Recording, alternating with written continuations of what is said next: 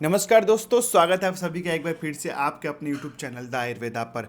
आज की इस वीडियो में हम डिस्कस करने वाले हैं कि 2026 में जो बैच एडमिशन होने वाला है, न्यू एडमिशन होने वाला है बीए एमएस कोर्सेज के बारे में। कौन कौन सी कॉलेजेस को अफिलिएशन मिल चुकी है, कौन कौन सी ऐसी कॉलेजेस हैं जिनको एनसीआईएसएम ने अफिलिएशन देने से मना कर दिया कि इस साल वहाँ पे एडमिशन नहीं होगा। हमारे पास जो लेटेस्ट अपडेट है, जो लिस्ट है, ये एनसीआईएसएम की ऑफिशियल साइट पे दी गई है, जो हम आप सभी को बताने जा रहे हैं।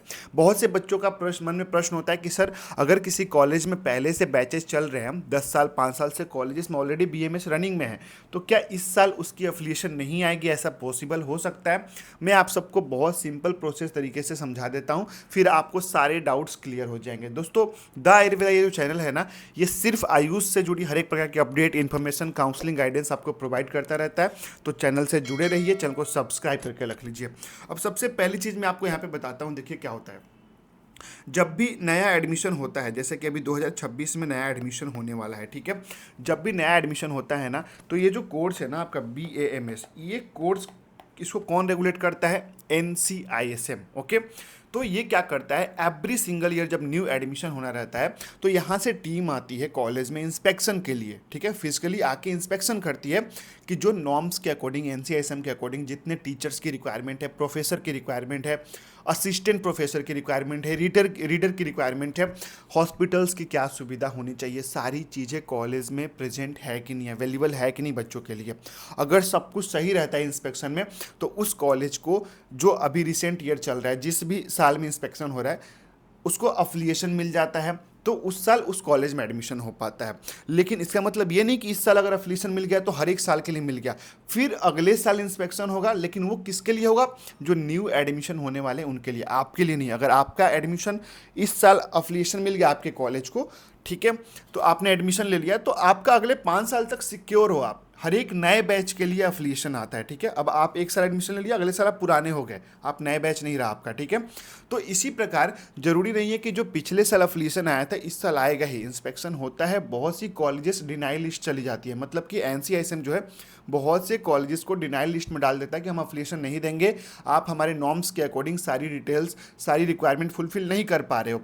तो अभी जो हमारे सामने यहाँ पे जो पीडीएफ है, इस पीडीएफ में अगर हम देखेंगे तो हमारे पास कुछ डिनाइल लिस्ट कॉलेजेस की लिस्ट है। मतलब कि यहाँ पे गवर्नमेंट ने जो इंस्पेक्शन हुआ, इंस्पेक्शन के बाद उन कॉलेजेस को मना कर दिया अफिलिएशन देने के लिए 2026 में, ठीक है। डिटेल्स में बात करेंगे, सभी चीज़ों को मैं समझाऊंगा, कौन कौन सी कॉलेजेस को अफिलिएशन आ चुका है, इस टॉपिक पे भी हम लोग डिस्कस करेंगे। सबसे पहले हम लोग देख लेते हैं कौन कौन सी कॉलेजेस है जिसमें Ayurveda colleges denied permission for the academic year 2026-27। आप देख सकते हैं यहाँ पे 2026-27 के लिए परमिशंस डिनाइल हो चुका है, मतलब कि नहीं आ सकता है। Status as on 21 August 2026।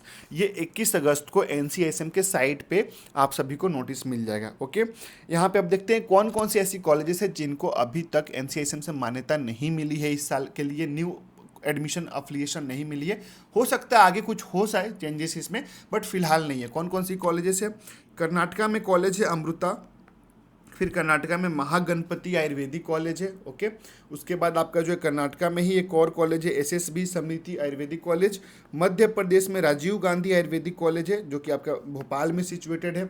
Okay, उसके बाद यहाँ पे देखेंगे अगर आप, तो मध्य प्रदेश में बीना वादनी आयुर्वेदिक कॉलेज भी डिनाई लिस्ट में चली गई है।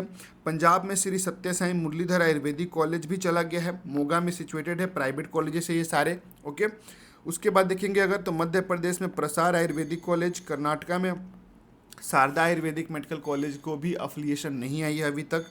ओके, छत्तीसगढ़ में भारतीय आयुर्वेदिक कॉलेज, जो कि आपका जो है दुर्ग में सिचुएटेड है, इसको भी अफिलिएशन नहीं मिली है इस साल एडमिशन के लिए। उत्तर प्रदेश में डॉक्टर विजय आयुर्वेदिक मेडिकल कॉलेज है। उत्तराखंड में श्रीमती मंजिरा देवी आयुर्वेदिक कॉलेज है। मध्य प्रदेश में डॉक्टर शंकर दयाल शर्मा आयुर्वेदिक कॉलेज, जो कि भोपाल में सिचुएटेड है। ओके, उसके बाद महाराष्ट्र में डॉक्टर दीपक पाटिल, डीवाई पाटिल नहीं, डॉक्टर दीपक पाटिल, जो कि आपका कोल्हापुर में सिचुएटेड है।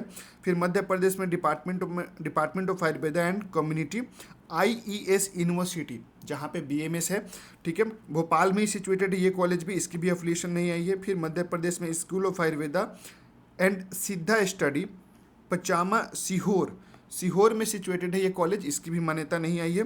फिर कर्नाटक में एक कॉलेज है आपका स्वामी विवेकानंद आयुर्वेदिक कॉलेज, जो कि आपका रायचूर में है। और हरियाणा में बीडीएम कॉलेज, जहाँ पे डेंटल भी है, बीएमएस भी है।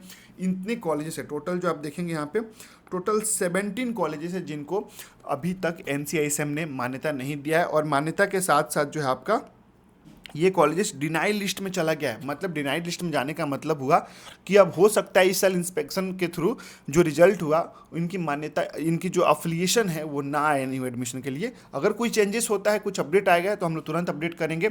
अगर आप जानना चाहते हैं कौन सी स्टेट में कौन कौन सी कॉलेजेस को न्यू एडमिशन के लिए अफिलिएशन मिल चुकी है, तो द आयुर्वेदा को सब्सक्राइब कर रखें। और कौन सी स्टेट के बारे में जानना चाहते हैं कॉमेंट सेक्शन में जरूर बताएं। थैंक यू सो मच दोस्तों, जय हिंद।